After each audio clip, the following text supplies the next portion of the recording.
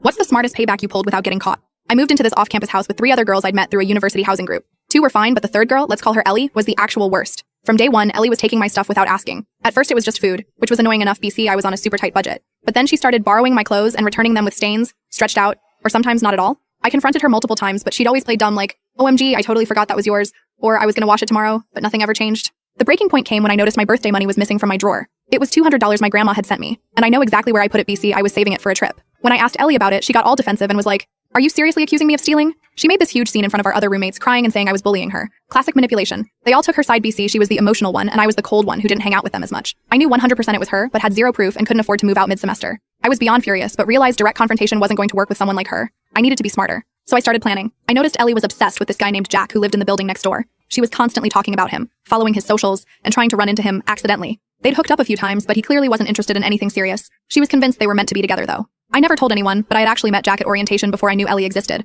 We weren't close, but we followed each other on Insta and occasionally liked each other's posts. Nothing major. One night when Ellie was out, I texted Jack asking if he wanted to grab coffee sometime to talk about the research program we were both interested in. Totally innocent, right? We met up at this cafe far from campus to avoid Ellie potentially seeing us. We actually had a great conversation about classes and stuff, and I casually brought up housing situations. I mentioned having roommate troubles without naming names. Jack immediately was like, OMG, do you live with Ellie? She's kinda intense. And then he started telling me how she would show up at his place unannounced, how she'd get mad if he didn't text back fast enough, and how she'd accidentally run into him everywhere. He said he was trying to distance himself, but she wasn't getting the hint. I saw my opening and took it. I told him I was concerned about her behavior, and mentioned that small things had gone missing in our apartment. I was careful not to directly accuse her, just planted the seed. I said something like, IDK. Maybe I'm overthinking it, but my birthday money disappeared, and she's the only one who knew about it. He looked genuinely concerned. Here's where my plan really started. I suggested that maybe he could help me figure out if she was the one taking my stuff by mentioning something valuable that didn't actually exist. I proposed he casually tell Ellie about a rare coin collection his dad had given him that was worth a lot of money, and say he kept it in his desk drawer. The key was making it sound important but accessible. Jack was hesitant at first, but also seemed intrigued by the idea. I think part of him wanted to know if she was actually problematic,